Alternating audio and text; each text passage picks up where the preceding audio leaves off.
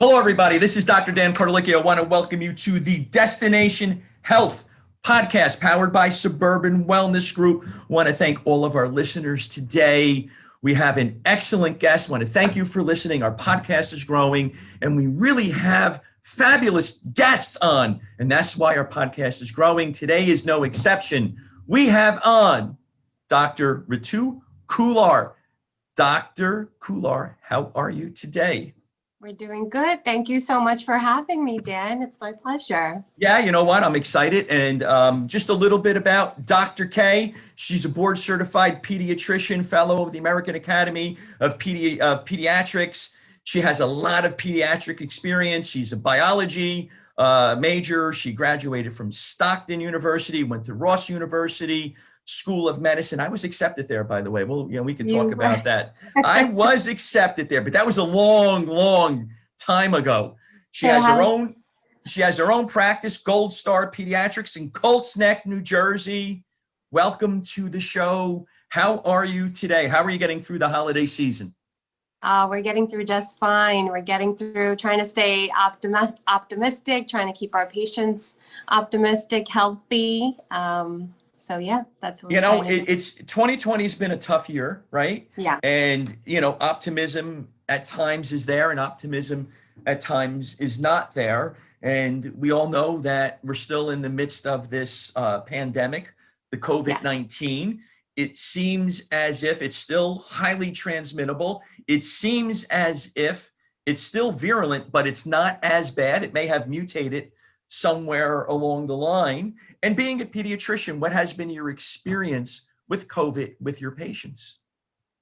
So far in the pediatric generation and in the office itself, we've had a lot of kids that have tested COVID positive. Mm-hmm. Fortunately, though, we haven't had many of those kids turn severe in the sense that we've had to send them to the hospital or there have been any complications. So that's with me and my colleagues.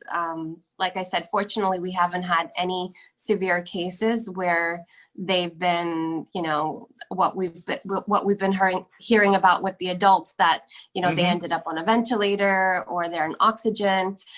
Pretty much we've seen that they have a fever for a day or two. Sometimes they don't even have a fever. They just have a runny nose and the parents were positive. So that's how they got the kids tested and they ended up positive as well too. Right. And a lot of them, I would say 9 out of 10 are asymptomatic.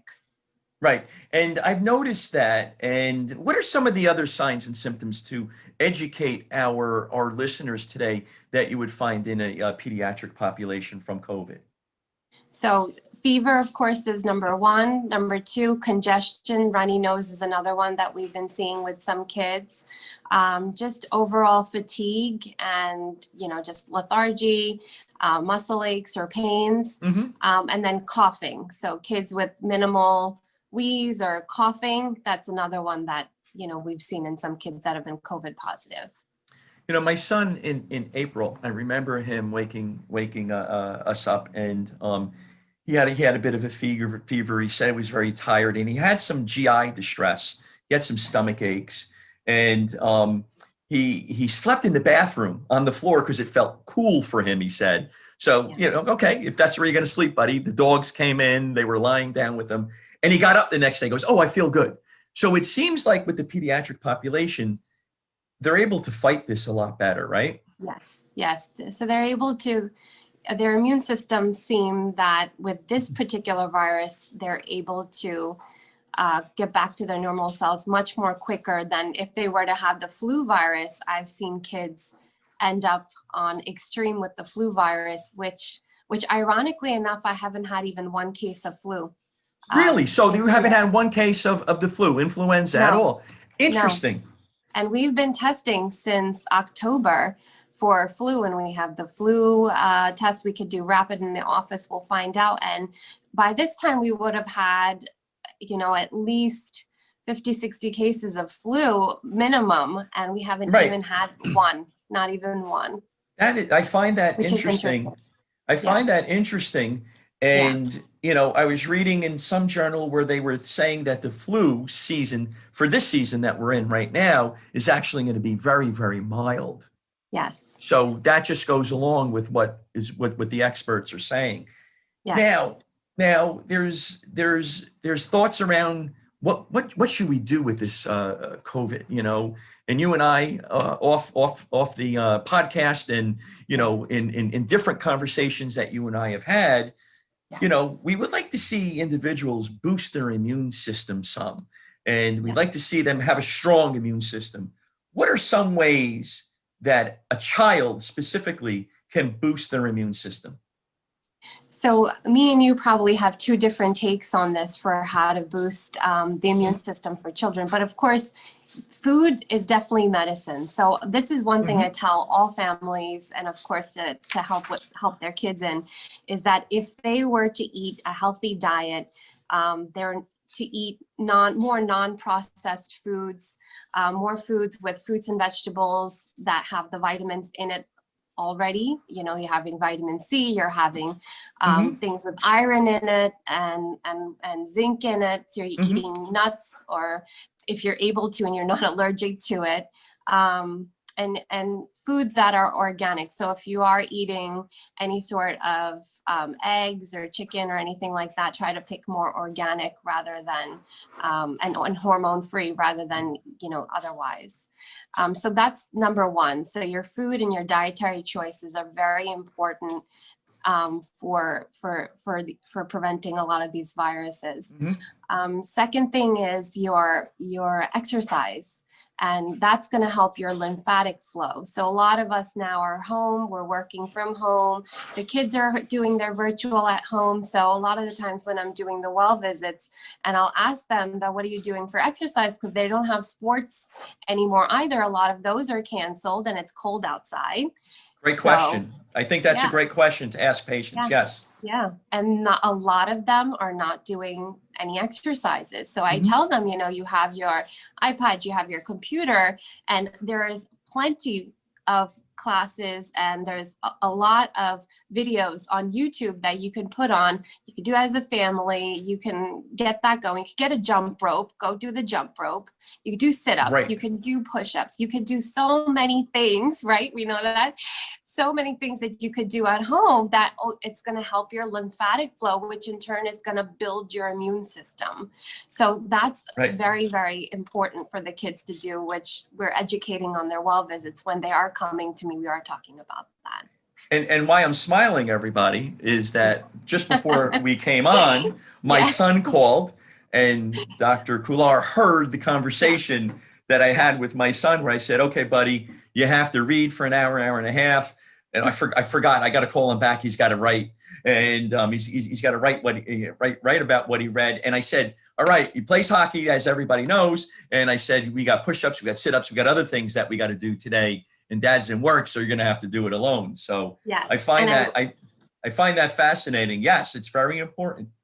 So I loved hearing that. I love that. And that's why I was smiling when you were talking to your son. I said, okay, he would be a wonderful family and patient for me to see, because they actually are doing, what you preach. So that's very important, so that's number two. And then of course, vitamins for kids are important if they're not good with their diet. So if they're not having enough vitamin C, they're not having enough vitamin D. There's been correlations with lower vitamin D and not warding off viruses. So we do talk about that, making sure that you're optimizing food-related vitamins, but if not, then you're taking a multivitamin for kids. So that way we can make sure that your immune system is healthy in that sense too.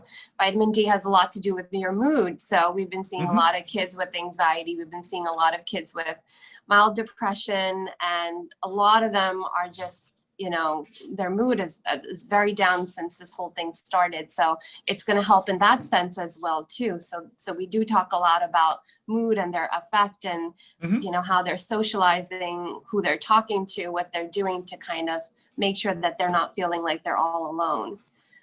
Oh, those are great points. And as I'm looking over here, I'm writing, and as you're making points, I'm circling as you're saying it. So we are living in parallel universes. And one of the aspects of children that I've seen, you said school socialization, because I remember the last day of school, home, you know, they're essentially being homeschooled. They're on Teams, they're on Zoom right now, and whatever the school has. I remember walking in from work the last day, and my wife and my son were ready to do battle because it was different. It's different for them, right? Because they're used to being in with their friends. They have their little posse that they're hanging out with at lunchtime, and now they're not doing anything. They're just they're not having that socialization, which is extremely important, correct? Yes. Yeah, absolutely. And so I find it interesting that when they were home, it was a whole different venue for not only them, but for the parents in addition to. And now they have to be more involved where they're not as involved during the course of the day because that was the teacher's responsibility. So, and I love it that you correlated that with vitamin D because a lot of kids are feeling down. I've noticed that. Yeah. And vitamin D helps out with anxiety and depression, bone health, muscle health, brain health. Can help prevent the cold and flu and all of that stuff. There's a ton of studies on that. Let's talk about food for a second. Let's talk about processed foods. What are processed foods? Why are they bad? So any foods that come in boxes and packages, right? So those are all processed, but versus if you look at food, you see celery, you see tomatoes, that's, you know, whole foods. That's the foods that you should be eating that, you know, that don't have so many ingredients and chemicals that you can't even pronounce the names when you go to read it. So a lot of the processed foods, if the packages and boxes, they have dyes or they have certain ingredients in it that are linked with hyperactivity and things of that sort, which has also been a big concern for a lot of parents because now that they're home, they're watching their kids doing their virtual. The biggest concern is their attention span is not there. They're fidgeting, they can't focus. So a lot of it has to do with lack of activity and the processed food and the dyes in the food and all that kind of stuff, not optimizing certain other healthy fats that you're supposed to eat in the day. Maybe you're supposed to have some things like if you're good with seafood, fish oils are really good to incorporate. So a lot of that, you know, just has to be talked about during the visits when we see them. Is just differentiating that. I mean, I can probably talk about, you and I probably talk about this for 5 hours. We can have a podcast just on that's a whole topic on its own. You know, just on this alone. Where if you're eating those box foods, it's toxic. It has the dyes in it. And one of your special interests is ADHD and anxiety for children. And having those processed foods are really bad. So if you have ADHD, my son's been diagnosed with ADHD, processed foods are bad.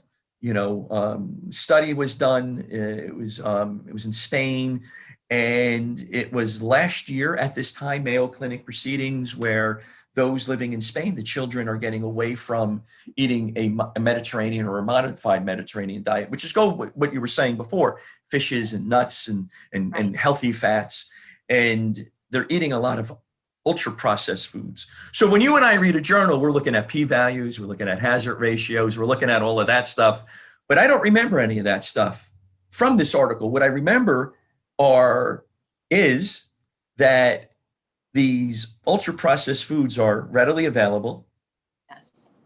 They're highly palatable and they're extremely affordable.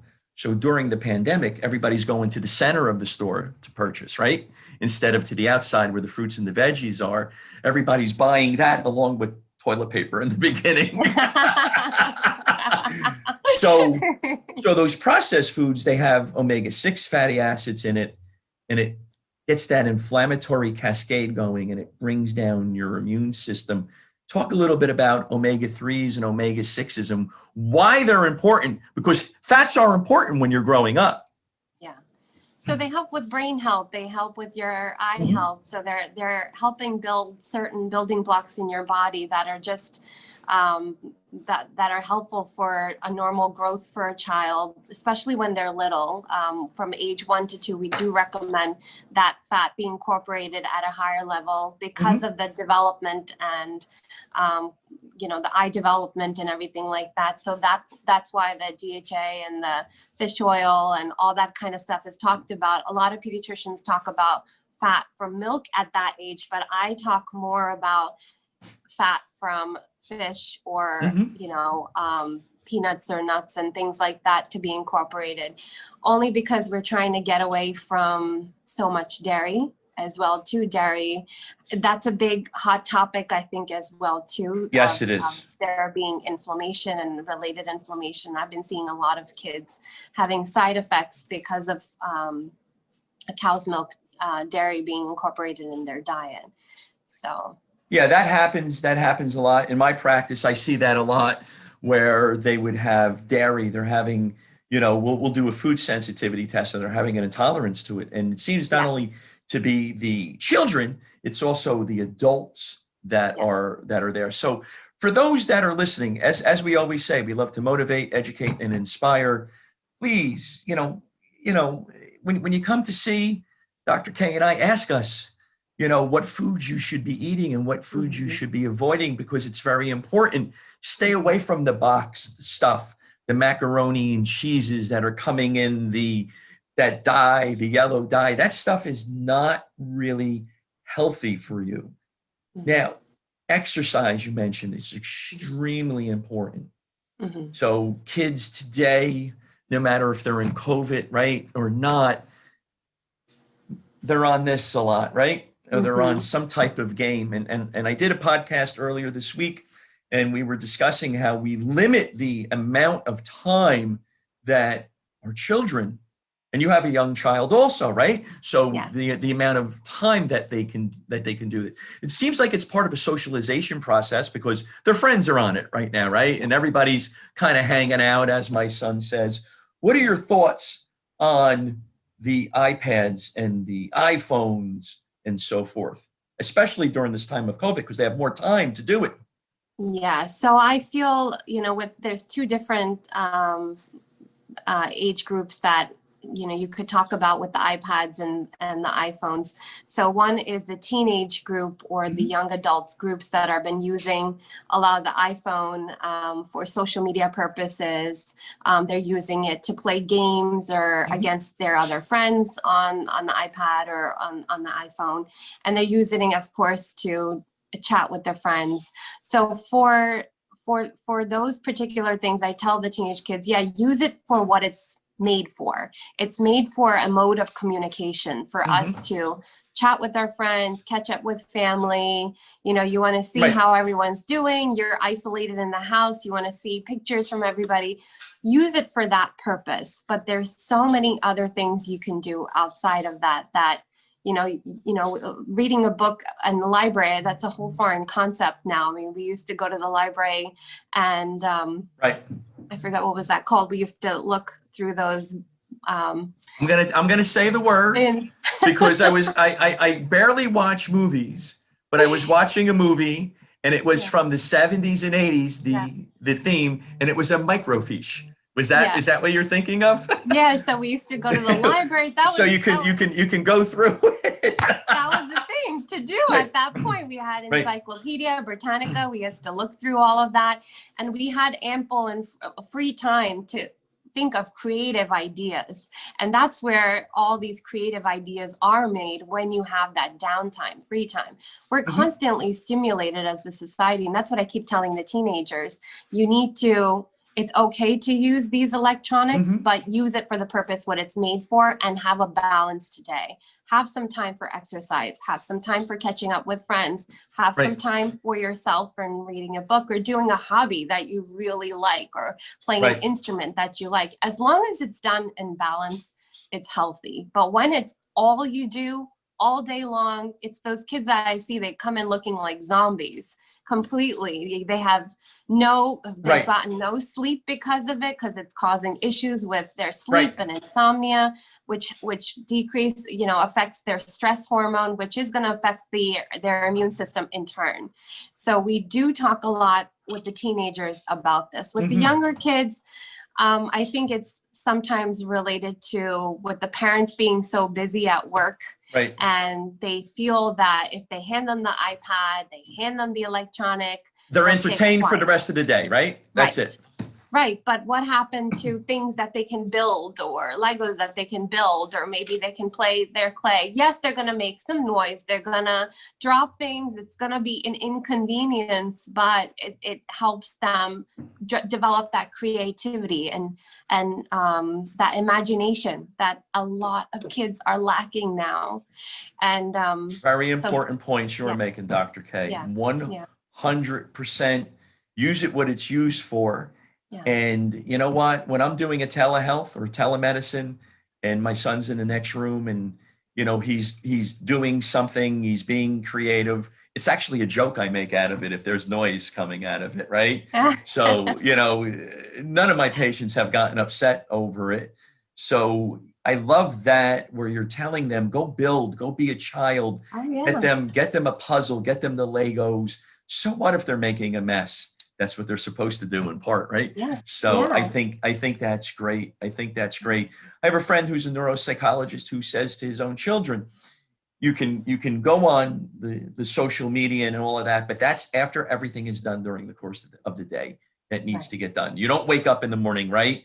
And that's the first thing you need to do. You need to take care of schoolwork if you're home or you're going to school, and then you have your activities, extracurricular activities. Maybe you're part of the student council, maybe you're playing sports, whatever that is, like you said, whatever that passion is, it's important to do. And that helps also boost the immune system because you're living your life, right? And you're being creative. Right. And I think that's with adults too. And I think we spend a lot of time on the phone and we don't realize it. So much time goes by on social media. And there's a big link with mood disorders or mild depression because of that. You're comparing yourself constantly. You're constantly feeling down because you see images of people who have, of course, they've done things to make them look very slim and beautiful. So you're thinking, oh my God, I'm not doing enough. So you're down on yourself a lot because of that. So I think, for everybody, I think that's the same case. As long as it's balanced, I think and done in a healthy way, there's no harm. I love that. So you mentioned vitamin D. What other vitamins and minerals do you think are important? I know this could be a hot topic, but there is some research now that's coming out of some hospitals in New York City and from around the country where there are certain vitamins and minerals that can be beneficial during this time. Yeah, so lately I've been mentioning vitamin D and vitamin C. So if you're not eating enough of that in your diet from your fruits, then we do talk about that vitamin C because it helps for your immune system. We're talking about zinc. So we say if you don't have zinc, and they do have certain pediatric vitamins that have that in a whole formulation where they have zinc, C, and elderberry. So a lot of the patients will find ones that have that combination plus a multivitamin. Right. And like I said, there's no harm in the kids taking those vitamins. A lot of the times there's a lot of talk about probiotics, certain probiotics, because if you keep your gut healthy and you keep that clean, there's no inflammation in your gut, that works externally and that affects your health as well too, whether you have other inflammatory conditions related to it, but it all starts from your core, from your gut. So another big thing that we talk about with kids who they're always complaining of stomach pain. After talking about dietary changes, we do mention probiotics, maybe adding that if they have constipation issues and whatnot. So that's another thing that we talk about as well. Drinking lots and lots of water, of course, is very important, which is, you know, a lot of people overlook. It's very, and including me, I'm very bad at it. So I have to keep a full jug next to me and keep drinking it throughout the day. I'm looking at it across the, I'm looking at my jug across the table, across the conference table. I'm in the office right now, and I'm in the conference room. So it's across the table. I should have brought it over here, but it's very important. And I'm glad you brought up gut health, because gut health is garnering a lot of research right now in the medical community, and there's a lot of positive stuff that's coming out of adding in a probiotic, which is very important. And I what you said before also is make sure you get it from good food sources, organic foods, fruits and vegetables, because diet is always number one. If you and I think that one of our patients requires the multivitamin or zinc or whatever it is, of course we're going to recommend that, but we want to make sure that they're getting it first from their diet before we're saying, because you can't out supplement a bad diet, right? Yes, absolutely. That is very important. Now, talk to me, especially in the younger generation. My son's getting into this, and it helps boost your immune system. It helps with cognition. Sleep. Why is sleep important? Yeah, so sleep is linked to your stress hormone, right? So your cortisol is linked with that. If you have poor sleep habits and you're up till late, whether up till late doing work or you're up till late on the phone, you're not getting that good optimized, 7 to at least 8 hours in a day. And it's not only just sleep, it's good quality sleep. It's, sometimes you feel like, okay, I'm getting that sleep, but it's very disturbed sleep. That's also not good quality sleep. So you have to make sure that you're sleeping appropriately, and it's of that nature. And so for that, you have to build good sleeping habits. And for that, you have to probably let go of electronics an hour before sleeping. Maybe try doing things or supplements that help you if you do have problems. Sometimes magnesium is something that I talk about, that if you're having problems with sleeping, that sometimes it does help relax you a little bit, and it does help for people who are constipated, or kids. A lot of kids are constipated. They're on high carb diets. So we talk about magnesium. When you talk about high carb diets, it's cupcakes and things of that nature that they're eating, right? They're doing a lot of like chicken nuggets and pasta and things like that, and not a lot of fibers and not a lot of fruits and vegetables. And realistically, that's what I'm hearing from a lot of the kids. So because of that, then I do recommend, if this is what you're going to eat, then you're going to try taking a magnesium before sleeping, and try building better sleep habits. Maybe read a book before sleeping. Make sure you exercise during the day so you actually feel tired. Right. You kind of exhaust yourself, quote unquote, if you will, right? Yeah. You don't want to exercise just before you go to bed, because then your adrenaline is rocking, and at that point you got everything going. Your mind is racing, your body is racing, and it's of course you want to make sure that you do that. So let's switch gears now a little bit. We're talking about health and COVID and building your immune system. Those are great recommendations, just general recommendations. You have special interest in ADHD. It's become a special interest of mine because of my son. A friend of mine who is a MD in Texas, Dr. Kirk Parsley, he has a supplement line. He's called the Sleep Remedy. He's the sleep doctor, and he thinks a lot of ADHD. He's doing research. My son's peripherally involved in the research. We're getting some metrics where some of the ADHD could be kids are just not getting enough sleep. Let's talk ADHD. What is it? And let's just start there. What is ADHD? So attention deficit disorder is something where we could be able to diagnose, or we send patients to a neurologist, neuropsychiatrist for the diagnosis. And there's like a set of questions that we use the Vanderbilt questionnaire to question them, that what kind of problems are they having in school? So a different environment rather than in home, because sometimes if it's just in the house and it's not in the school, it could be just behavioral or related to, the family members or whatnot. But so you have to have these criteria that we score at the end of the form that are positive in an external environment as including an internal environment.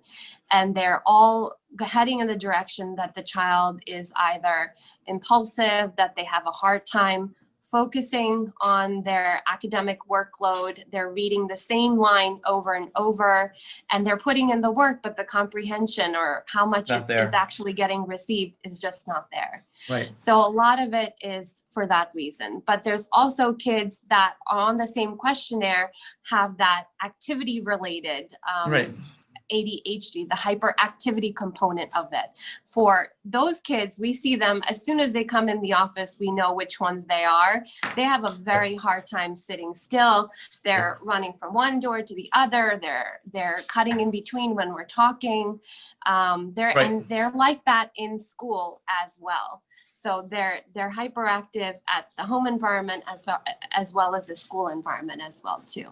So because of that, these kids are having trouble, and they come to our attention because either the teachers or another external environment bring it to the parents' attention. The parents want to get them evaluated, and that's where we come into play.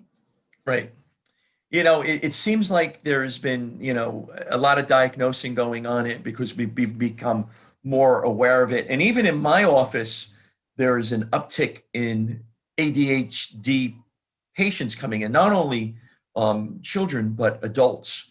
And what we're seeing in the children, and of course, you can corroborate this, is that they just get up in the middle of class. They're blurting things out. Yes. And it's not that they're doing it to be hurtful. And this is what I'm finding out also. This is what I'm seeing, is that when I'm talking with the parents or the teacher, I get permission from the parents to talk to the teacher. They're not hurtful. It's just that this is kind of the way it's wired, if you will, right now. And, there's things like neuroplasticity that can help. There's things that are like nutritional interventions that can help. And there's some medications. So talk about some of the medications that can be beneficial. So there is stimulants, of course, that's the one that everybody kind of knows about. So there's the common one that has been around for a while, which is called Ritalin, which is short-acting stimulant. And then there's also ones that are long-acting stimulants that work for a longer course of time, for a longer part of the day. So you could look at Focalin, Vyvanse, those are longer acting stimulants. Sometimes the kids are having trouble just with those alone. So sometimes we have to do both. We have to do a long acting stimulant in the morning, in combination in the afternoon, a short acting stimulant to last them the entire day. So that's the most common medication that I put my kids on when we do see them in the office. Now, do you recommend any specific nutraceuticals in addition to? So for any vitamins and things like that? Yeah, any vitamins and minerals for ADHD? Do you make any of those recommendations in addition to? Yeah, so we make sure, first of all, how is their diet? Is it a steady diet, or they're having sugar, and which is going to cause that high and low, which is going to cause problems in their activity level. So we do go over diet in detail before we even get to the medication part. Then we talk about it. If they're not going to eat that diet, a lot of parents are like, I can't help it. He is going to eat only pasta and that's all he eats. Then we have to put the child on a multivitamin, especially B6. We talk about a lot of B6. We talk about fish oil. We talk about D. And I also, like I was saying previously, we talk about magnesium at nighttime for the kids with attention deficits, because we also, along with diet, talk about sleep, because there's a correlation. Right. But somehow the kids who have the attention deficit are also not getting that proper sleep at nighttime. So optimizing that sleep with the help of changes that we have to make, or if we have to make dietary changes, we have to add certain vitamins in there. And the foods, we have to make sure that they're healthier foods. They're carbs, but they're healthy carbs. So not maybe it's high impact carbs. Right. You know, for the children listening today, you're going to hate me for saying this, and I'm going to smile. A high impact carb is broccoli or cauliflower, as opposed to, you know, those pretzels or those potato chips with the dip and so forth, because, you know, once you start eating those types of foods, they are addictive, as we were saying before, those processed foods. One of the three was it's highly palatable. And, so we don't want you to be on that. And they're kids, so they're going to have a slice of pizza when they get to become teenagers, after school, after the game, right, Dr. K? It's not like they're never going to have a slice of pizza. So for the parents out there, if you remember when you were in high school, you know, after school, after the football game, whatever it was, after you had your extracurricular activity, you went and you had a slice of pizza with your friends, and you had a can of Coke. I draw the line at the Coke. I don't want that. But they're going to have that every now and again. It's going to be something. But overall, like you said before, we want to balance out their diet as much as we possibly can. And so I tell for the parents, because a lot of parents are busy, so I tell them, okay, every Sunday you're going to do your grocery shopping. Just pre-cut everything. Cut you know, if you want to cut carrots, keep it in a box and keep them ready. Keep the yogurts ready. So keep the cucumbers cut and grapes ready. So that way you have everything. If the child gets hungry or they need a snack, they can easily pull it out. And that would be their first go-to. Water, make sure they're optimizing their water. That would be another go-to. A lot of it's boredom nowadays, that you're bored, so they're snacking the entire time. Right, you're bored. You're at home. You're not going out. There's an uptick in the pandemic. You're staying a little bit more. You got your iPad. You're doing whatever game. I get bored like that too. Of course, you're going to eat, right? Yeah, absolutely. And we try to be as realistic as possible, that, okay, this is your habits. How can we kind of offset that a little bit and balance it out for you? What can we add into your regimen?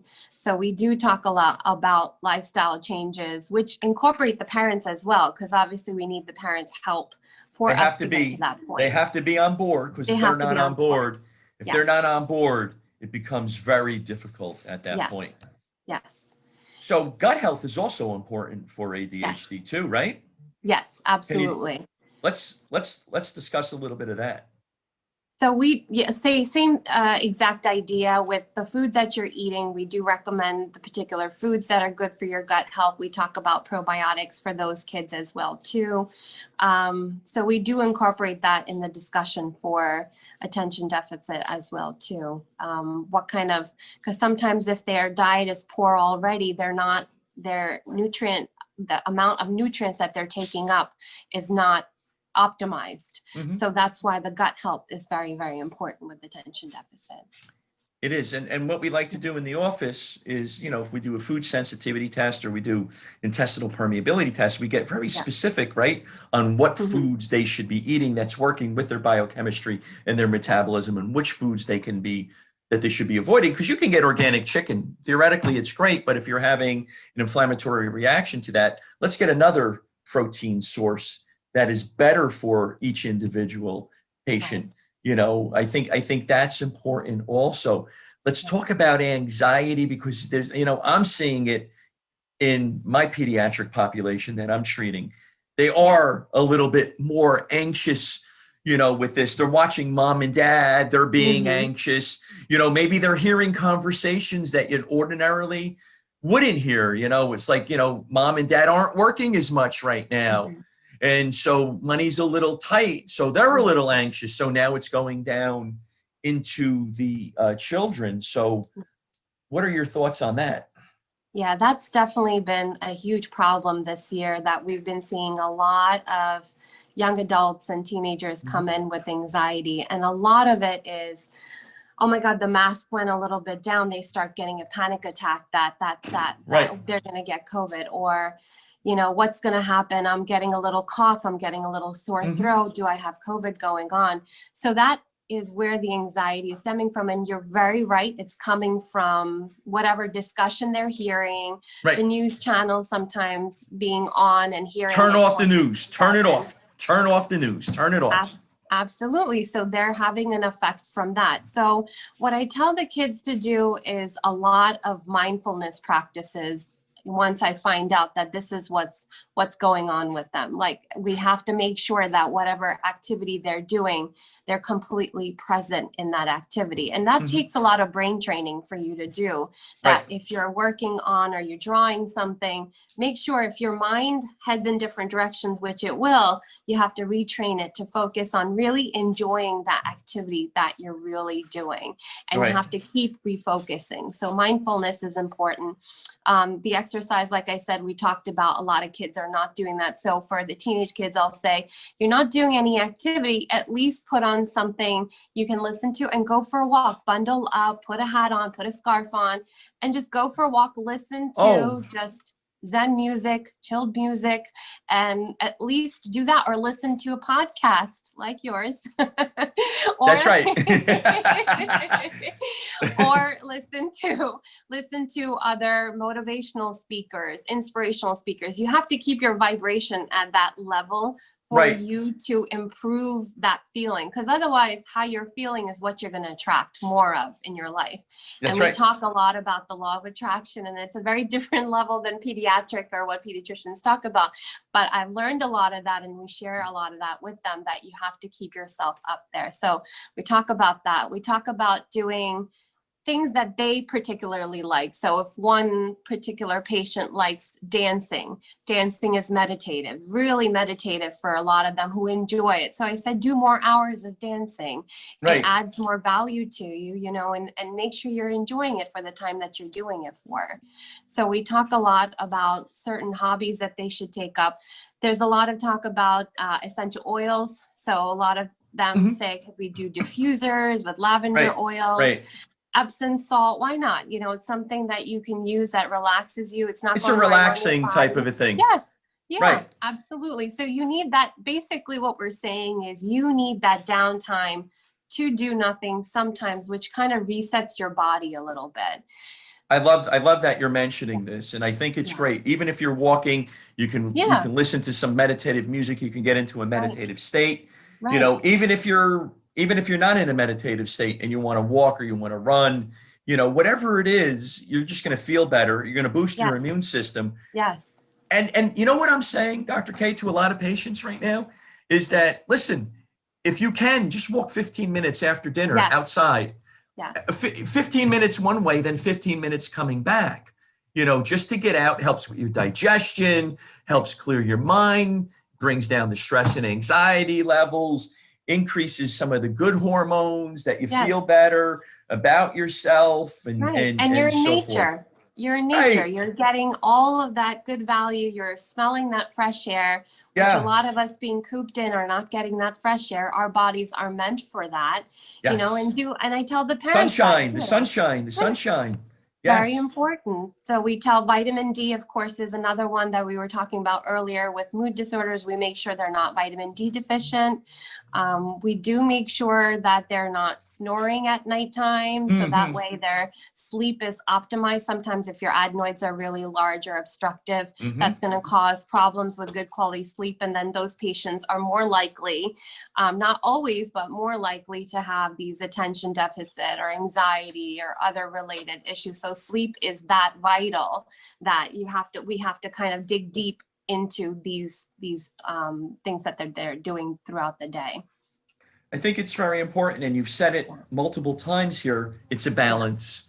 It's a balance. So if you're home on the weekend and you can't get out, for an entire day, because I remember being 12, 13, we just got up and we were out. We didn't come home until all hours of the night. My father would be driving around looking for me. In the summertime, I'm playing baseball, leave me alone. He would get mad at me, by the way. But one of the things we did in my house is I took my son and we went out and we threw the baseball around. We shot baskets. We got a little court. We We shot baskets. We went for a run around the neighborhood. We were out. We took the dog for a walk. It was great. I mean, the dog is having a great time. It's a family event now, and it's nice. And you get to talk to your children also, Yes. which is important, right? Yes, absolutely. We used to, as little kids, do the same things, just like you. We used to play a lot of board games with families. We didn't have all this, electronics or anything like that growing up. So either we were playing outside, we were home with the family, that time we always had dinner together, and it was quiet. We chatted, we talked about our day, which is so important. It's therapeutic to talk, because you can only stay so long without keeping everything inside. It's very natural to do that. And then we would play board games after we'd be done, Monopoly for hours or Scrabble for hours. And with that, we would laugh, we would joke. I don't really see a lot of that happening. I don't even see discussions of that so much. Everyone is so busy, and I'm not sure busy doing what, but everyone's busy and trying to achieve something that we're missing the point. And I think what you're saying is important, because being the father of a child who has ADHD, communicating with him is vitally important. I have found out, knowing what's going on in his head, and what's he thinking about when something happens at school. And I found out that once we have these discussions, his behavior is better. He's better for himself. He's better for himself. And, I think that's important. We spoke a lot about pivoting in business during COVID, because you want to keep the economy going, because, investments and all of that, you want to keep the economy going.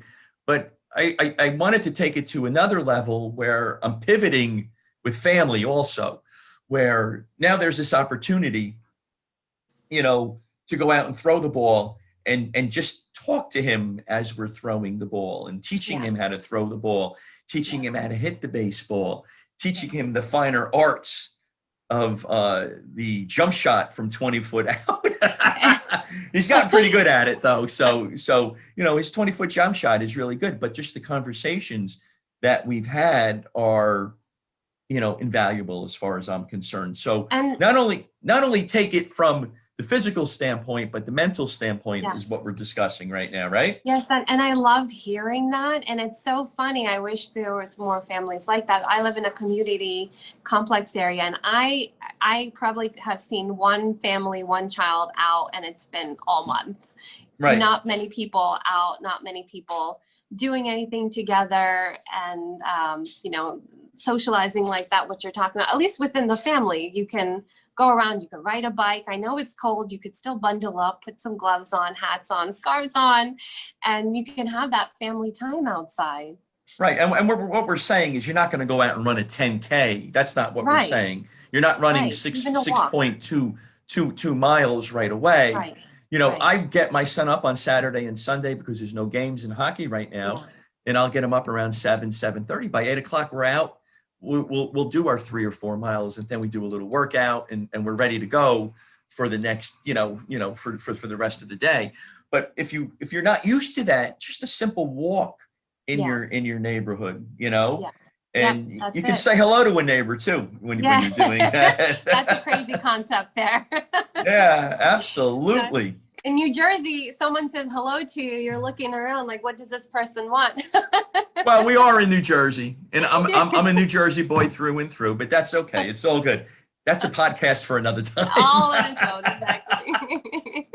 We're almost up on our hour, believe it or not. And I feel like we just started. So, we're going to have you back on again, because there's so much that we can discuss with pediatrics and nutrition and ADHD and different types of conditions that you and I see in our respective offices. So before we get off, is there any other aspect that you want to discuss, that you want to impart some clinical pearls to our listening audience today? Yeah, there is, now that a lot of patients are more into natural medicines and natural vitamins and things like that. There's this one thing that actually I would love to hear from you of what's your take on it, especially because it's helpful, or it's shown to be helpful for allergies and asthma, is quercetin. Yes. And what are your thoughts about that for pediatric patients, and how does it affect them in a beneficial way, if any? That is a great question. Thank you for asking that.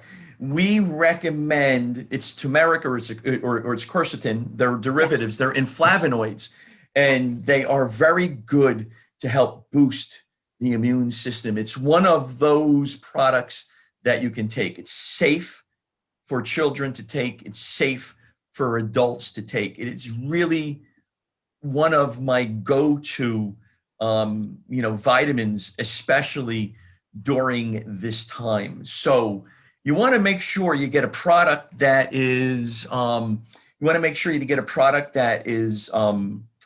can I say it? That's good. That's yes. Pharmaceutical grade. So you got to watch where you're purchasing it, which is very important. It's been known to help those that have high cholesterol. It's been known to help also regulate sugar. We don't say fasting plasma glucose because people are like, what are you doing? I got to regulate my sugar, right? So it's been known to help regulate sugar. It's been known to help out with certain neurocognitive conditions. So it is a safe product to take. You got to get a pharmaceutical grade one, and it is something that we do recommend on a regular basis. Yeah. And that's been something that some patients have brought up to me, which I don't have that much knowledge about. I have knowledge about turmeric because being of Eastern descent, we do use a lot of turmeric, a lot of ginger, a lot of garlic in our food, which is all very helpful, all anti-inflammatory. Yes. So it is a great anti-inflammatory. It's a spectacular one that you can use, and it's good for overall health in bringing down that inflammatory process. Yes. In the Italian culture too, we have a lot of garlic. that we eat. We eat a lot of garlic.